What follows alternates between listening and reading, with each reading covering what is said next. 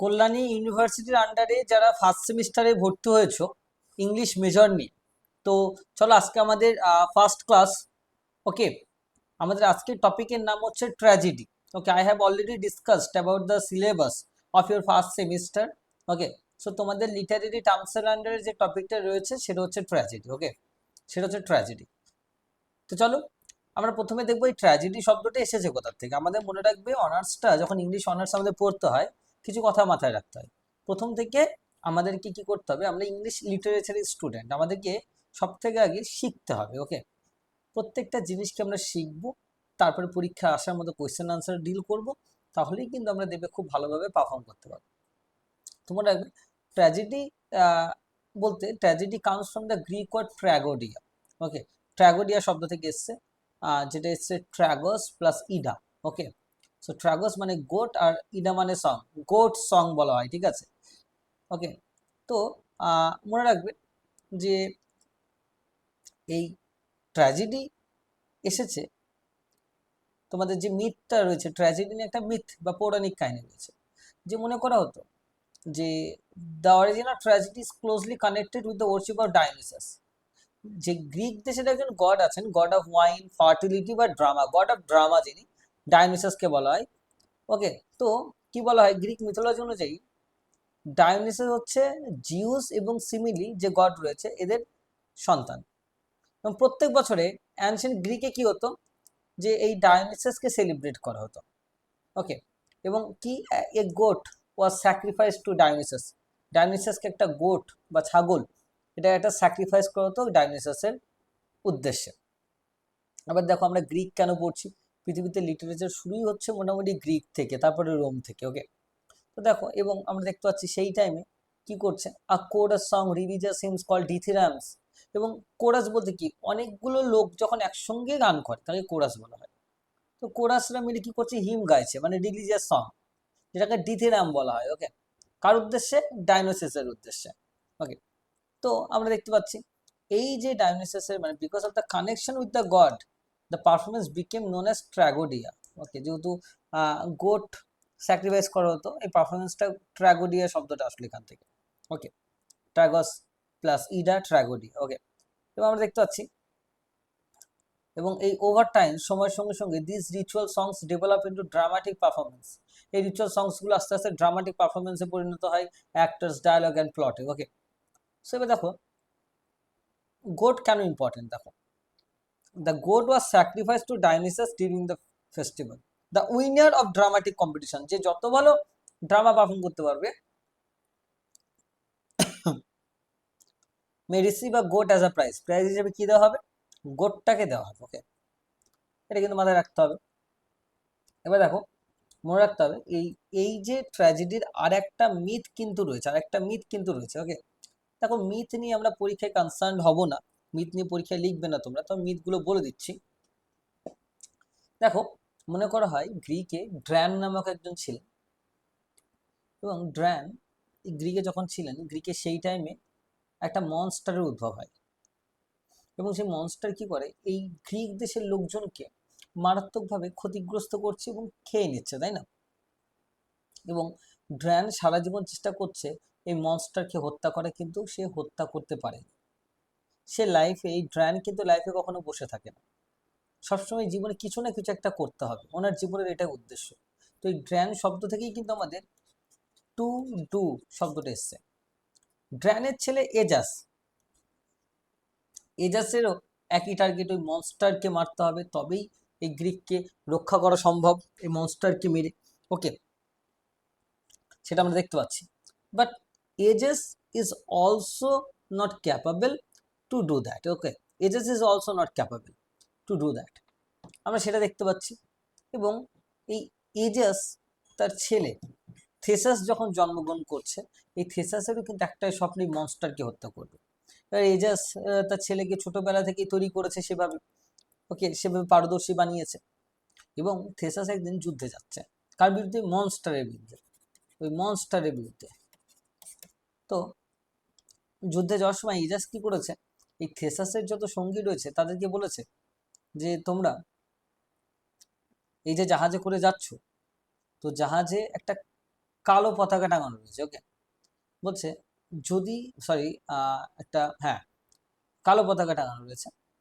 তো বলছে যদি তোমরা যুদ্ধে জয়লাভ করো, এজাজ কাকে বলছে? থেসাসের সঙ্গে যেসব সোলজার্সরা যাচ্ছে তাদেরকে বলছে যে যে কালো পতাকাটা টাঙানো রয়েছে, যদি আমার ছেলে যুদ্ধে যেতে, তাহলে এই পতাকাটা সরিয়ে দিয়ে তোমরা একটা সাদা পতাকা টাঙাবে, হোয়াইট ফ্ল্যাগ।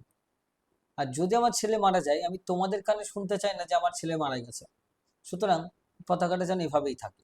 তাই যদি যুদ্ধে জয়লাভ হয় তবেই পতাকাটা চেঞ্জ করে সাদা রঙের পতাকা টাঙাবে। তো থেসাসের সোলজার্স এটা শুনলো। যাই হোক, থেসাস তো যুদ্ধে গেছে মনস্টারের সঙ্গে, এবং মনস্টারকে আলটিমেটলি থেসাস কিন্তু হত্যা করতে সক্ষম হয়। এবং থেসাস তো খুব আনন্দিত, কারণ বাবাকে এসে বলবে, বাবা তো দূরে পাহাড়ের উপরে বসে অপেক্ষা করছে, যে কোন দিকে তাকাবে, ওই পতাকাটার দিকে তাকাচ্ছে। এবং এই থেসাসের সোলজার্সরা এতটাই বিজি ছিল আনন্দে যে তারা এই এজাসের কথাটা মাথায় নেই, তো পতাকা চেঞ্জ করতে ভুলে গেছে। সেই মুহূর্তে আমরা কি দেখি, থেসাস যখনই আসছে বাবাকে খুঁজে পাচ্ছে না। কেন? বাবা যখন দূর থেকে দেখে যে পতাকা চেঞ্জ হয়নি, তার মানে ছেলে মারা গেছে। এজার সঙ্গে সঙ্গে ওই নিচে সমুদ্রে ঝাঁপ দেয়। সেই থেকে ওই সমুদ্রের নাম হয় গ্রিকে এজিয়ান সি। ওকে, এটা একটা মিথ রয়েছে, মিথ এটা নিয়ে। ওকে, তো দেখো, এবং ওকে, এই থেসাস আলটিমেটলি সক্ষম হয়। এবং থেসাসের দুজন ওয়াইফ থাকে, আমরা তারপর দেখি, একটা হচ্ছে উরিন্থ, একটা হচ্ছে সুজান্থ। এই উরিন্থের পক্ষে তিনটে ছেলে মেয়ে থাকে। উরিন্থের পক্ষে তিনটে ছেলে মেয়ে থাকে, একটা হচ্ছে ট্র্যাগস, একটা হচ্ছে ইডা, একটা হচ্ছে কোমস। আর সুজানদের পক্ষে দুজন, একটা হচ্ছে এপা, একটা হচ্ছে একা। তো দেখো, এই উরিন্থের পক্ষে যে ট্র্যাগস আর ইডা রয়েছে, ট্র্যাগস মানে কি? গোট। আর ইডা মানে সং। দেখো, ট্র্যাগস কি করে, থেসাস কি করে, এই ট্র্যাগসকে দায়িত্ব দিয়ে দেয় তার যে ও যে এলাকায় থাকে, গ্রাম্য এলাকাতে, এবং ওখানে এই ট্র্যাগস গোটসকে খুব ভালোবাসে, মানে ছাগলকে খুব ভালোবাসে ট্র্যাগস। ট্র্যাগসরা তিন ভাই বোন, দুই ভাই ট্র্যাগস আর কোমস, আর বোন হচ্ছে ইডা। আর কোমসকে দিয়েছে ওই শহরের ওই প্রান্তিক শহরে। ওকে, তো আমরা দেখতে পাচ্ছি এই ট্র্যাগস কি করে, যখন সেই টাইমে একটা রোগ উঠে আসে এই গোটসদের নিয়ে, এবং মারাত্মকভাবে গোটসরা কিন্তু মারা যাচ্ছে। সুতরাং ট্র্যাগস কিন্তু খুব দুঃখে থাকে। আর ইডা কি করে, 6 মাস এই ভাইয়ের কাছে থাকে, আর 6 মাস হচ্ছে এই ভাইয়ের কাছে থাকে। তো দুই দাদার কাছে কিন্তু 6 মাস করে থাকে, তাই না? এবং ইডার একটা স্বভাব হচ্ছে, ইডা যখনই যার কাছে থাকে বা যেখানেই থাকে না কেন, ইডা কিন্তু পরিবেশ অনুযায়ী সে গান করতে পারে। তো ট্র্যাগস তো খুব দুঃখে রয়েছে। ইডা কেন, তার গোটস বা ছাগলগুলো সব মারা যাচ্ছে। ইডা যখন ট্র্যাগসের কাছে যায়, সবসময় দুঃখের গানই গায়। সেই জন্য ট্র্যাগস প্লাস ইডা, ট্র্যাগোডিয়া, ট্র্যাজেডি। এই ট্র্যাগোডিয়া থেকে এসছে ট্র্যাজেডি, মানে ট্র্যাজেডি কিন্তু এই কারণে দুঃখের গান। সবসময় দুঃখের গান বা বিয়োগান্তক নাটককে ট্র্যাজেডি বলা হয়। আচ্ছা, আর কোমস প্লাস ইডা এখান থেকে এসছে কমোডিয়া। কোমস প্লাস ইডা থেকে এসছে কমোডিয়া, মানে কোমস ও শহরের লোকগুলোকে নিয়ে থাকে, প্রান্তিক শহরের লোকগুলোকে নিয়ে, এবং সেখানে খুব আনন্দ করে, হই হুল্লোড় করে। ওকে, সেই কোমস প্লাস ইডা থেকে এসছে কমোডিয়া। আর যেহেতু ওখানে আনন্দের পরিবেশ থাকে কোমস, ইডা যখনই কোমসের কাছে যায়, আনন্দের গানই তো গাইবে ইডা। সুতরাং ইডা মানে কোমস প্লাস ইডা কমোডিয়া। কমেডি মানে কি? আনন্দের গান। তার মানে কমেডি পড়লে সেটা হবে, দেখবে সবসময় হ্যাপিনেস দিয়ে শেষ হয়, আনন্দের নাটক। ট্র্যাজেডি মানে দুঃখের নাটক। এই দুটো মিথ মোটামুটি প্রচলিত রয়েছে। যেটা প্রথম মিথ হলো মিথ অফ ডায়োনিসাস, যে ডায়োনিসাসকে প্রে করা হতো, এবং ডায়োনিসাসের উদ্দেশ্যে কিন্তু গোটস স্যাক্রিফাইস করা হতো। এবং ডায়োনিসাস থেকে আমরা দেখতে পাচ্ছি যে ডিথিরাম, ডায়োনিসাসের উদ্দেশ্যে যে ডিথিরাম গান গাওয়া হতো, সেখান থেকেই কিন্তু আস্তে আস্তে ট্র্যাজেডি এসছে, এবং সেই টাইম ওই ডায়োনিসাসের সামনে কিন্তু ট্র্যাজেডি পারফর্ম করা হতো। ওকে, তো ওটা একটা মিথ ছিল, মিথ অফ ডায়োনিসাস। আরেকটা হচ্ছে এই যে মিথ অফ যে থেসাস বা মিথ অফ ট্র্যাগস বা কোমস বা ইডা, এদের। ওকে, আশা করছি মিথটা ক্লিয়ার হয়েছে। এবার দেখো, ফার্স্ট সেমিস্টারের পরীক্ষার জন্য মিথ কিন্তু ইম্পর্টেন্ট নয়, মিথ পরীক্ষাতে লিখবে না, এটা জাস্ট জানার জন্য। এবার আমরা মেন জায়গায় আসবো, যে ট্র্যাজেডিসের কত রকমের হয়।